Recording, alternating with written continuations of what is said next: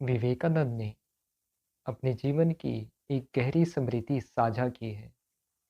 उन्होंने लिखा, जब पहली बार मेरे भीतर धर्म की जिज्ञासा जगी, तब मेरे घर तक पहुंचने का रास्ता वेश्याओं के मोहल्ले से होकर गुजरता था। मैं युवा था। संन्यास का बीज मेरे भीतर अंकुरित हो रहा था। त्याग का भाव भी प्रबल था। इसलिए मैं उस रास्ते से बचकर निकलता था। 2 मील लंबा चक्कर लगाकर घर पहुंचता था, ताकि उस मोहल्ले से ना गुजरना पड़े। तब मुझे लगता था कि यही मेरा संन्यास है, यही मेरा त्याग है। पर समय ने धीरे धीरे पर्दा हटाया और तब समझ आया कि वह त्याग नहीं था, वह भय था। वह संन्यास नहीं था, आकर्षण का उल्टा चेहरा था।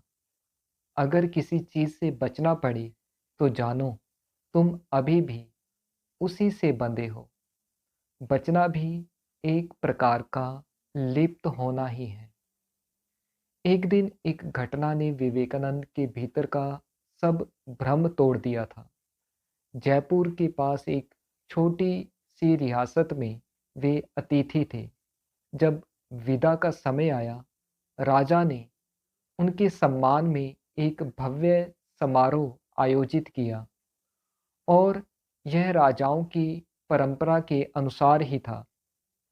उसने बनारस की प्रसिद्ध वेश्या को बुलाया, क्योंकि उसके लिए स्वागत बिना नृत्य के अधूरा था।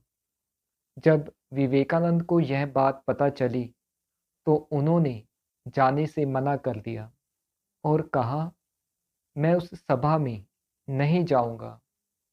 वेश्या यह सुनकर अत्यंत दुखी हुई। उसने कोई वाद विवाद नहीं किया। उसने बस एक भजन गाया, नरसिंह मेहता का लिखा हुआ भजन। प्रभु जी, मेरे अवगुण चित ना धरो।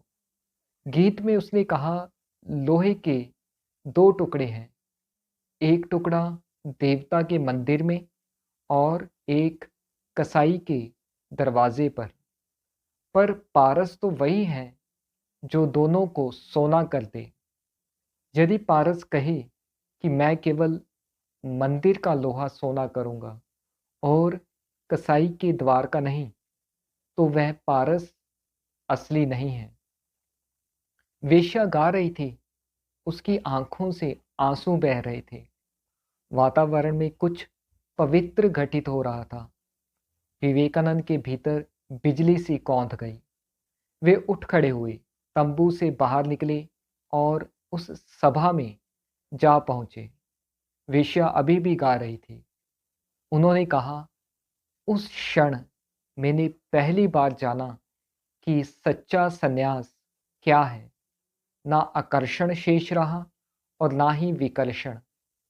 भीतर एक गहरी शांति उतर आई।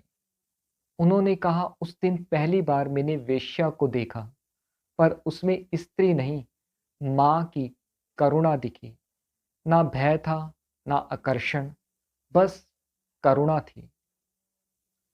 सदगुरु ओशो कहते, संन्यास वहीं जन्म लेता है जहां ना आकर्षण बचता है और ना ही विकर्षण।